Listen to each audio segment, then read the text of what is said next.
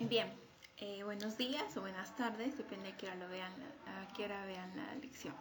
Bueno, ahora vamos a hacer nuestra sesión número 4, correspondiente a la materia o al módulo de dietética y nutrición.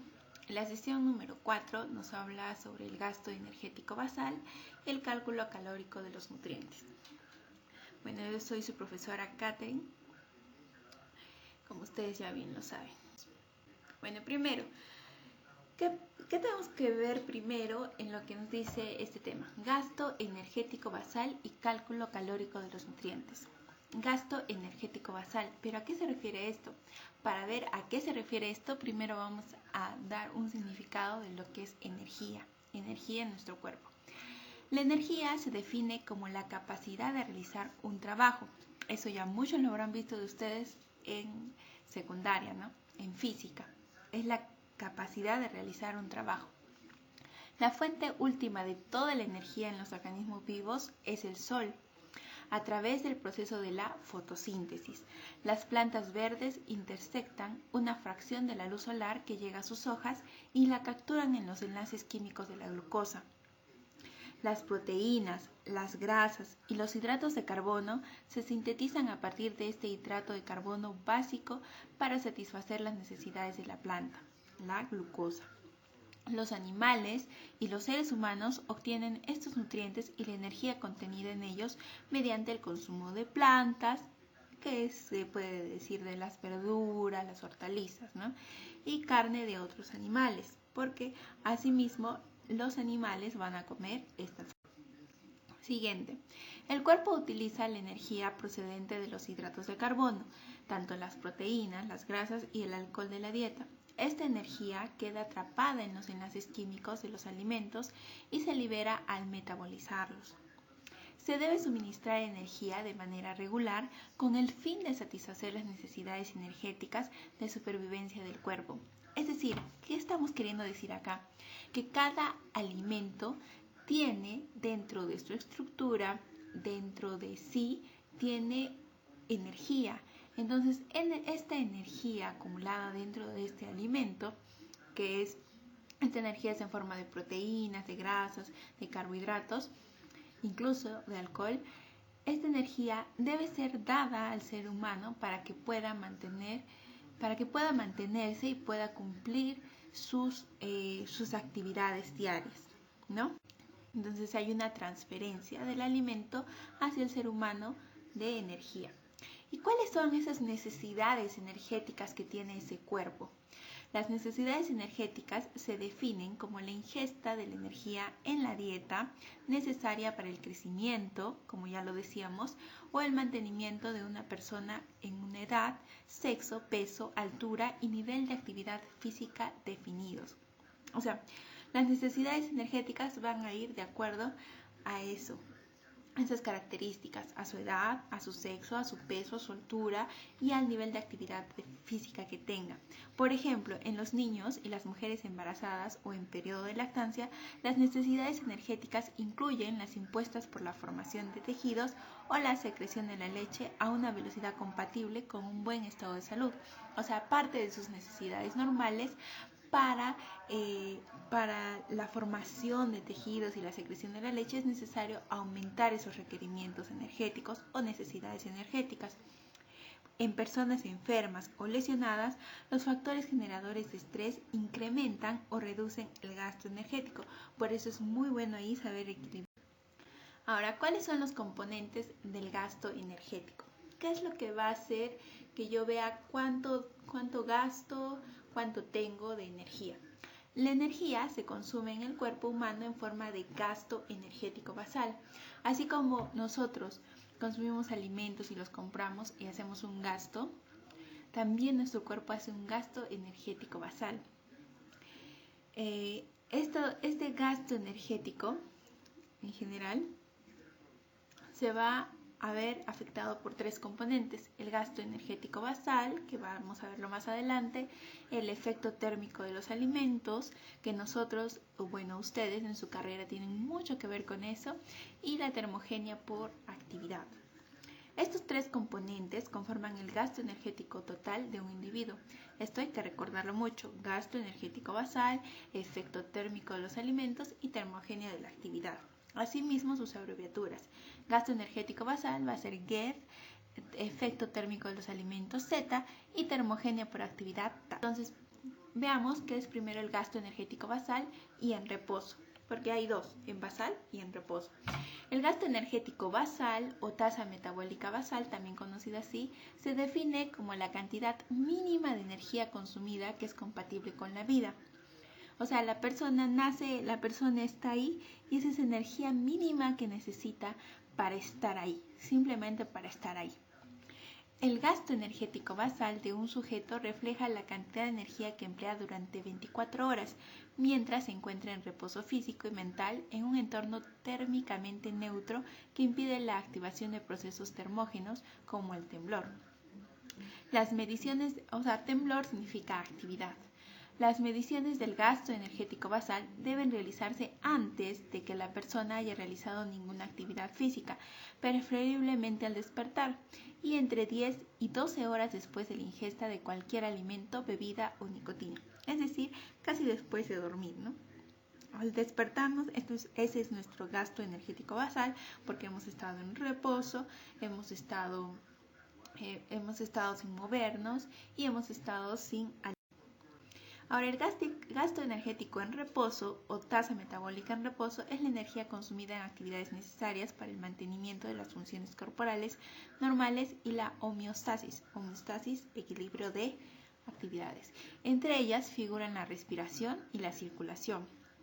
Obviamente, nosotros para respirar no nos tenemos que mover, estamos en reposo, pero dentro de nuestro cuerpo sí suceden un montón de enlaces químicos, las venas, las arterias, las venas llevan sangre al corazón, entonces se da la circulación y la respiración, uno exhala, inhala el aire, pero para eso no se tiene que estar moviendo. Entonces, por eso se dice tasa metabólica en reposo, pero sí dentro de nuestro cuerpo están ocurriendo varias reacciones. También la síntesis de compuestos orgánicos, el bombeo de iones a través de membranas, todo lo que tiene que ver con digestión, respiración, circulación. El gasto energético en reposo o tasa metabólica en reposo incluye la energía necesaria para el sistema nervioso central y el mantenimiento de la temperatura corporal. No se olviden que adentro tenemos todo un laboratorio. Ahora, ¿qué factores inciden en el gasto energético en reposo? ¿Qué factores van a depender o qué factores van a hacer que este gasto energético en reposo sea alto, sea moderado o sea bajo? Va a depender de nuestra edad, por ejemplo. En gran medida de la proporción de masa corporal magra. O sea, ¿por qué? Porque de acuerdo a nuestra edad vamos a tener una determinada masa, un determinado cuerpo, un determinado peso. El gasto energético en reposo alcanza sus valores máximos durante los periodos de crecimiento rápido, en especial a lo largo del primer y segundo años de vida. Esto se refiere a que cuando un bebé nace, durante el primer y segundo año de vida va a estar en un máximo crecimiento, entonces su gasto energético en reposo va a ser mayor. A pesar de lo que nosotros podríamos pensar que una persona adulta tiene que comer más que un niño, pero eso es en proporción a su gasto energético en reposo. O sea, sí, obviamente come menos en proporción, pero para su pequeño cuerpecito es la cantidad necesaria. Y de acuerdo también a su ritmo de crecimiento.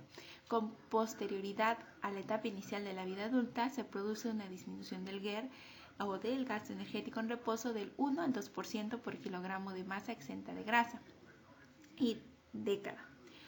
Esto quiere decir que mientras vamos llegando a la vida adulta, nuestro gasto energético en reposo ya no va a ser tanto, ya no va a ser tan elevado, va a disminuir. Por fortuna, el ejercicio ayuda a mantener una masa corporal magra mayor y un gasto energético en reposo más alto.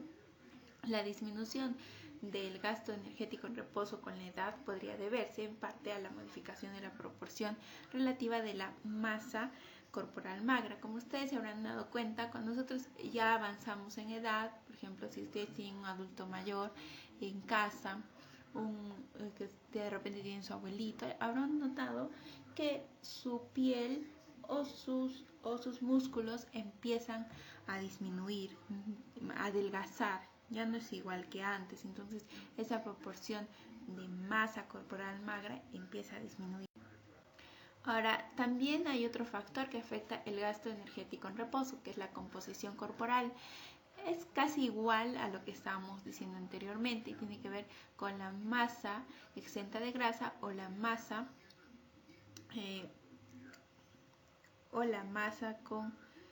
muscular.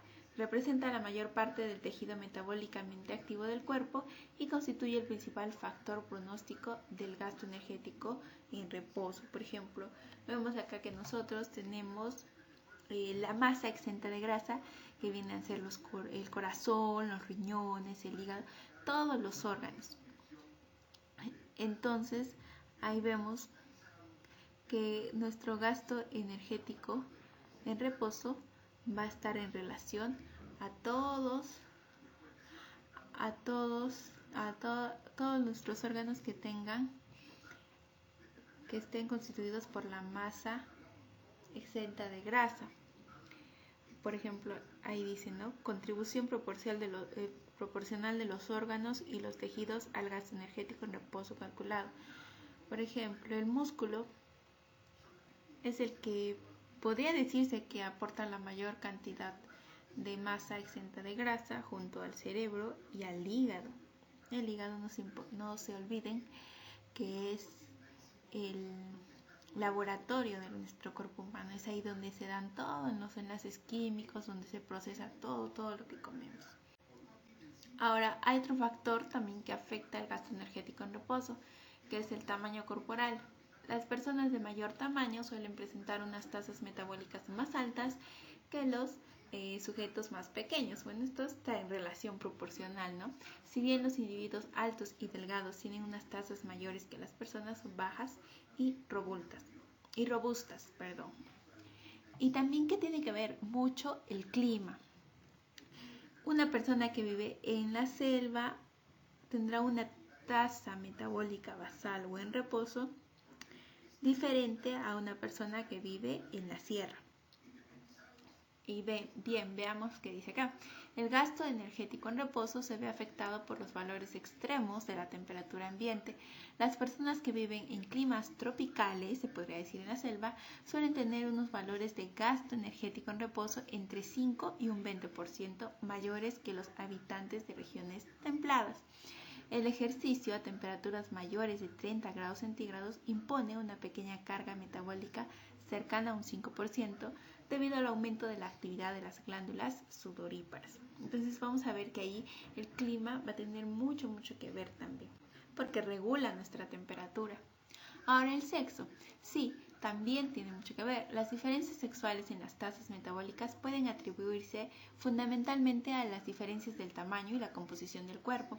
Las mujeres suelen presentar, no en muchos casos se ven diferencias, pero sí una proporción mayor de grasa respecto al músculo que los hombres. ¿Por qué? Porque las mujeres acumulamos grasa en las caderas, en las mamas, lo que el hombre no lo hace, ¿no? Y por tanto sus tasas metabólicas son aproximadamente un 5 a 10% menores que las de los hombres del mismo peso y altura. Ahí que recordamos que tendrá mayor tasa o gasto energético basal a mayor masa exenta de grasa. Y si estamos diciendo que las mujeres tienen mayor masa con grasa, entonces tenemos que tener menor gasto energético en reposo, ¿no? Sin embargo, esta diferencia se atenúa conforme avanza el proceso de envejecimiento porque ya ambos sexos quedan en igual proporción. Ahora, el estado hormonal también tiene que ver. El estado hormonal puede repercutir en la tasa metabólica. Las endocrinopatías como el hipertiroidismo y el hipotiroidismo aumentan o reducen el gasto energético respectivamente. ¿Y por qué? Porque justo en la glándula tiroidea es donde se da la regulación de la temperatura en el cuerpo. Ahora, la temperatura, ahí vamos a ver el por qué.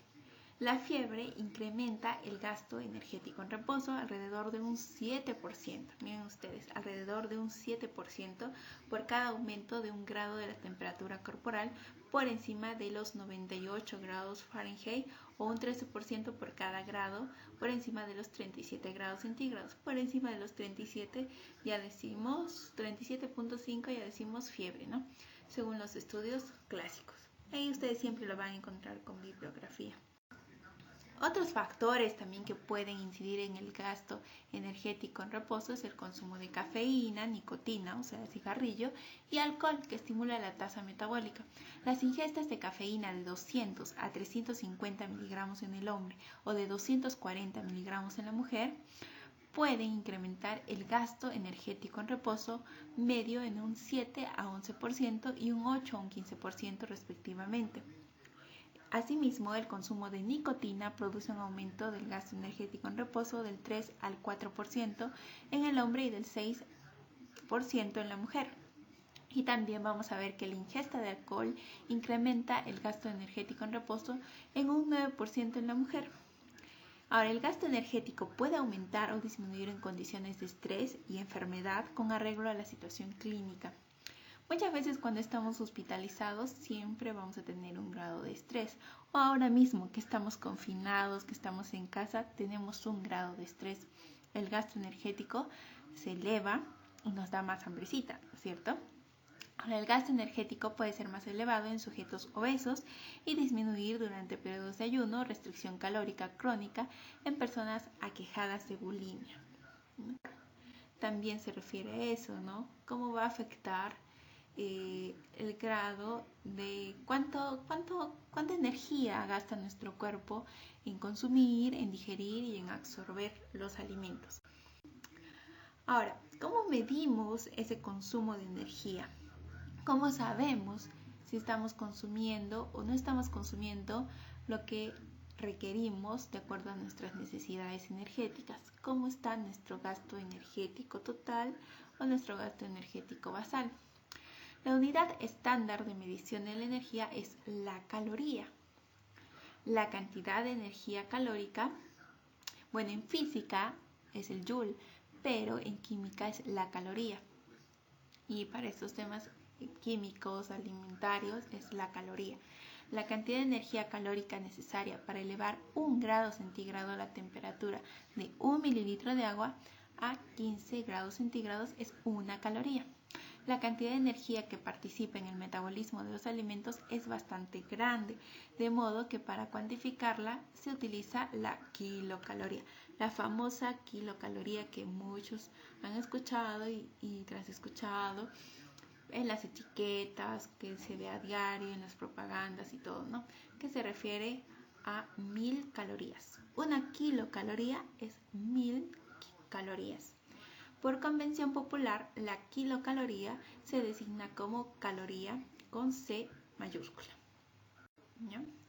Ahora, hay diferentes métodos y ahora siguen saliendo muchos más para cuantificar el gasto energético. Uno de ellos es la calorimetría directa, otro la calorimetría indirecta. Vamos a ver a qué se refiere la calorimetría directa. Bueno, estos chicos que solamente es teórico, ¿ya? Para que lo sepa. La calorimetría directa únicamente puede llevarse a cabo por medio de instrumentos especializados y costosos. Se controla al individuo en una estructura similar a una habitación que permite realizar cantidades moderadas de actividad. La habitación contiene instrumentos que determinan la cantidad de calor generado por el sujeto en el interior de esa cámara. O sea, es como que una persona está encerrada dentro de una cápsula y cuando está ahí miden su grado de gasto energético mediante las pocas actividades que pueda realizar. La calorimetría indirecta es casi igual, es un método más utilizado de determinación del gasto energético porque es menos costoso. El anterior es un poco más elevado. Se determina el consumo de oxígeno y la producción de dióxido de carbono de un sujeto a lo largo de un periodo dado. En esta calorimetría indirecta someten al sujeto a una cama, le colocan aparatos y miran el consumo de oxígeno y su producción de dióxido de carbono, básicamente su respiración, ¿no? A lo largo de un periodo dado. Ahora, ¿cómo estimamos las necesidades energéticas? Para eso, nosotros antiguamente trabajábamos con una ecuación muy conocida, de repente la han escuchado ustedes hablar, de repente no, que era Harris y Benedict. Esa era una fórmula muy conocida, incluso algunos la siguen utilizando, pero mediante varios estudios se ha visto que es conveniente ampliar este concepto de Harris y Benedict y se ha visto que se deben usar las ecuaciones de Mifflin-Set-Yore. Se utilizan hoy en día para estimar el consumo energético de individuos sanos y de algunos enfermos, claro, con algunas adecuaciones, y son las siguientes. Si ustedes quieren hallar su gasto energético basal, van a poder determinarlo mediante estas fórmulas. Si yo soy hombre, por ejemplo, ¿cuántas kilocalorías al día necesitaría?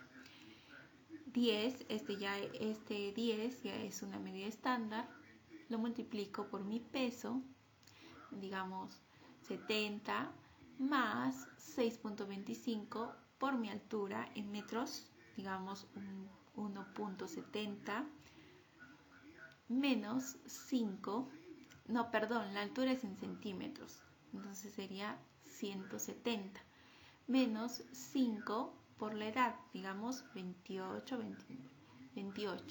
más 5. El resultado sería mis kilocalorías por día. Mujeres, igual, 10, 6.25, 6.5, menos 5. Pero aquí vamos a encontrar un factor que es diferente. Aquí es más 5 y aquí es menos 161. Entonces ahí se va a establecer la diferencia, ¿ya? Ahora nuestro peso corporal en kilos, ¿sí? Nuestra altura en centímetros y nuestra edad normal en años. Siempre en la altura hay que hacer la precisión porque a veces se puede. Si ponemos el punto puede salir diferente. Si no ponemos el punto sale otra medida, ¿no? Por ejemplo, vamos a realizar el ejercicio.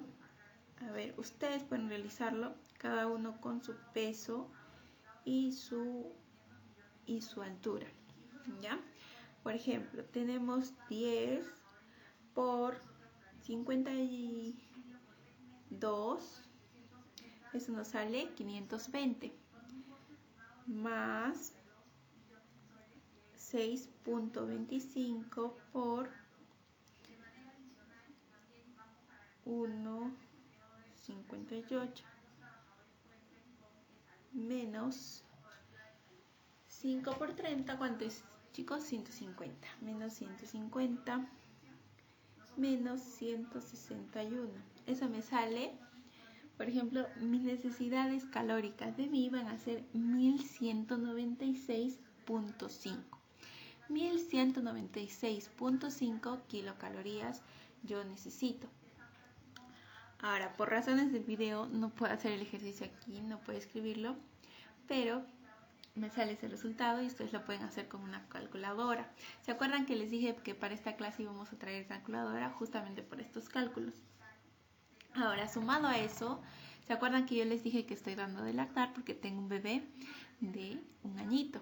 Entonces, a esta fórmula yo le tendría que sumar otros parámetros que son el nivel de actividad física, que en este caso sería lactancia, dar de lactar. También le podemos sumar ¿se acuerdan que afectaba la edad, la condición física, afectaba también el clima? Entonces también le podemos agregar, hay determinados para ver de acuerdo al clima cuánto le debemos aumentar, cuánto le debemos disminuir. Ya es un concepto más amplio que si ustedes quieren lo podemos ampliar en clase. ¿Ya? Porque explicarles por aquí, por el video, va a ser un poco complicado porque sobre todo este tema es muy muy práctico, por eso lo quería hacer, aunque sea por video, para que se entienda bien, pero sí me gustaría ampliar o reprogramar esta clase porque sí es muy interesante y sí es full práctica, para que lo entiendan bien, ¿no? Como debe ser. Ahora, ¿cómo determinamos el gasto energético gasto energético total? Las ecuaciones para la estimación o medición del gasto energético comienzan con el gasto energético en reposo, lo que hemos hecho. Deben añadirse factores adicionales que reflejen el efecto térmico de los alimentos y la actividad, lo que les estaba diciendo, que deben de añadirse. Entonces, estimación de las necesidades energéticas a partir de la ingesta energética. Tradicionalmente, las recomendaciones relativas a las necesidades energéticas se sustentaban en registros afectados por el propio sujeto, sus registros de la dieta o bien estimaciones realizadas por el propio sujeto, recordatorios o memorias de 24 horas de la ingesta de alimentos. Sin embargo, estos métodos no proporcionan una estimación exacta. ¿Se acuerdan que al inicio de clases les pedí que me hicieran todo lo que su menú semanal, lo que comían? ¿Se acuerdan? Eso era para esta clase me tenían que traer esto, porque ahí vamos a ver que estos métodos no proporcionan una estimación exacta o exenta de sesgo o error, como se le dice, de la ingesta energética de un sujeto. ¿Por qué? Porque ustedes lo pueden variar, lo pueden adaptar y no puede ser real. Algunos sí lo pueden hacer real, pero otros puede que no.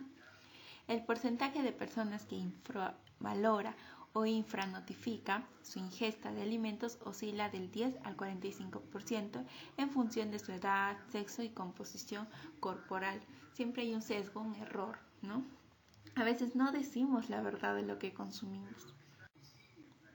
Ahora, valor energético de la ingesta dietética de referencia en individuos activos. ¿Se acuerdan lo que les decía? Por ejemplo, yo que estoy dando de lactar, debo añadir o disminuir algunos parámetros a lo que me había salido. Por ejemplo, acá no dice de personas que dan de lactar, pero sí dice de lactantes.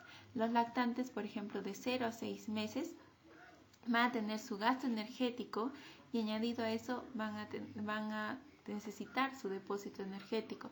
En varoncitos será 570 y en mujeres 520. De 7 a 12 meses su gasto energético más su depósito energético será 743 más 676, eso añadido a su gasto energético basal.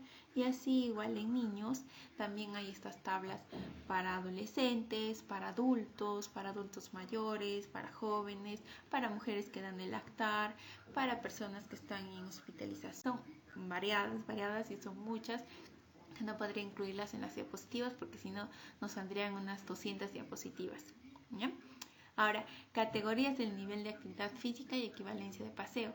Por ejemplo, si aparte de lo que yo he calculado, mi gasto energético basal, yo aparte de eso, digamos, soy una persona que solo voy al trabajo y solo para así, sedentaria. Entonces tendré que agregarle a eso 1 a 1.39. Ahora, si salgo a correr en las mañanas, ¿no? Hago media hora o 15 minutos de atletismo, entonces le tendré que agregar 1.4 o 1.59. Si soy activo, si estoy todo el día caminando, corriendo, voy al gimnasio mis 2 horas diarias, pues le tendré que agregar 1.6 a 1.89. De acuerdo también al paseo, ¿no? Para eso también hay una tabla que nos dice, por ejemplo, si salgo a comprar el pan, si voy en bicicleta, cada uno tiene su número, que como les dije sería muy largo ponerlo aquí. Muy activo 1.9 hasta 2.5 que se puede añadir, ¿no? Ahora, esta tablita las elabora institutos especializados y a este factor se dice nivel de actividad física o también termogenia por actividad física, ¿no? Entonces sí sería largo y si ustedes sí quisieran conocer y quisieran que hagamos las fórmulas o hagamos sus requerimientos de acuerdo a sus actividades reales, yo les podría proporcionar más adelante en clases las tablitas, ¿ya? Ahora, cálculo de la energía de los alimentos. Recuerden que nuestro tema de hoy era gasto energético basal y cálculo calórico de nutrientes, o también llamado cálculo de la energía de los alimentos. Ahora, ¿cómo hacemos esto? Este es sencillo, no tan sencillo, pero sí es más fácil que lo anterior y es más fácil de aprender y tiene mucha relación con ustedes, y ahí sí ustedes necesitan incidir en este tema para aprenderlo bien, y eso sí o sí en clase presencial, sí o sí lo tenemos que practicar hasta que nos salga bien, ¿ya? Dice, la energía total disponible en un alimento se mide con un calorímetro de bomba. ¿Se acuerdan que en personas se medía con calorimetría también? También en un alimento se va a medir con un calorímetro, pero de bomba. Este dispositivo se compone de un contenedor cerrado en el que se quema una muestra de alimento pesada prendida con una chispa eléctrica en una atmósfera oxigenada. Bueno, esto se hace en unos institutos de desarrollo tecnológico adecuados para ello, ¿no? Esto lo hacen los investigadores. Ahora, nosotros no vamos a hacer eso, pero ellos nos dan los datos para nosotros poder calcular nuestra energía. Entonces, como nos dice, no toda la energía de los alimentos y el alcohol está disponible para las células del cuerpo, ya que los procesos de digestión y absorción no son completamente eficientes. Por otra parte, la porción nitrogenada de los aminoácidos no se oxida, sino que se excreta en forma de urea. En consecuencia, la energía biológica disponible en los alimentos y el alcohol se expresa en valores redondeados ligeramente por debajo de los obtenidos con el calorímetro. O sea, no va a ser exacto los datos que nos dan, pero sí los redondean para que puedan ser lo más cercanos a la realidad. Los valores correspondientes a proteínas, lípidos, hidratos de carbono y alcohol son 4, 9, 4 y 7 kilocalorías respectivamente. Ahorita lo vamos a ver. La fibra se considera también un hidrato de carbono. Muchas veces habrán escuchado hablar de fibra, que las verduras, las frutas tienen bastante fibra, ¿no? Este es un hidrato de carbono no disponible, resistente a la digestión y a la absorción, por lo cual no se cuantifica, ¿ya? Por ejemplo, acá tenemos, digamos, cerveza y su pizza, ¿no? Energía perdida a través de las heces. Energía perdida a través de la orina. Intestinos, estómago. Cuando nosotros comemos hay una energía perdida que se va a través de las heces. Eso, la energía que se va hacia nuestras heces no va a ser recuperada, no va a ser tomada por nuestro cuerpo. Hay una energía perdida. Igual la energía que se pierde a través de la orina. Esa energía se va, ¿no? Se va de nuestro cuerpo. Ahora, energía bruta de los alimentos. Nos dice que los carbohidratos sería 4.1, lípidos 9.45, proteínas 5.65, alcohol 7.1. Energía digerible 4, hidratos de carbono, carbohidratos, lípidos 9, proteínas 5.2, alcohol 7.1. Redondeando, ¿no? Es que todo. Energía metabolizable, o sea, la energía que nosotros vamos a cuantificar en carbohidratos o hidratos de carbono 4, lípidos 9, proteínas 4 y alcohol 7. Esto quiero que se acuerden. Carbohidratos 4, lípidos 9, proteínas 4, alcohol no tanto. Carbohidratos, lípidos y proteínas 4, 9, 4. Carbohidratos y proteínas 4. Lípidos 9. ¿Ya? De esos parámetros o de esos números se tienen que acordar. Aunque se conoce con precisión el valor calórico de cada nutriente, solamente algunos alimentos como los aceites y los azúcares se componen de un único nutriente. Más a menudo los alimentos contienen una mezcla de proteínas, lípidos e hidratos de carbono. Como les dije en alguna clase, todos los alimentos tienen un poquito de todo, de vitaminas, de minerales. Las frutas tienen un poquitito de proteínas, un poquitito de lípidos, un poquitito de carbohidratos, pero tienen. Por ejemplo, el valor calórico, este ejemplo lo tienen que ver, escuchar muy bien, porque este ejemplo les va a servir. El valor calórico de un huevo mediano, 50 gramos, es el peso del huevo, calculado en términos de peso, proviene de las proteínas, 13%, los lípidos 12% y los hidratos de carbono o carbohidratos 1% del siguiente modo. ¿Cómo les voy a explicar esto? No sé si habrán escuchado hablar que los alimentos, para determinar sus kilocalorías o calorías, hay una tabla de composición de alimentos peruanos. ¿Han escuchado hablar de la tabla de composición de alimentos? Se las voy a mandar para que ustedes también la puedan ver, ¿ya? Esa tabla de composición de alimentos dice, por ejemplo, en 100 gramos de huevo, cuánta cantidad de proteína, cuánta cantidad de carbohidrato, cuánta cantidad de lípido o grasa, cuánta cantidad de vitamina A, de vitamina B, de vitamina C, de minerales, de hierro, de calcio, cuánto tengo yo en 100 gramos de huevo. Por ejemplo, en 100 gramos de huevo nos dice que tenemos 13% de proteínas, 12% de lípidos y 1% de hidratos de carbono. ¿Ya? Entonces, para yo saber cuántas kilocalorías me va a aportar un huevo que pesa 50 gramos, ¿se acuerdan que les dije en 100 gramos hay esta cantidad?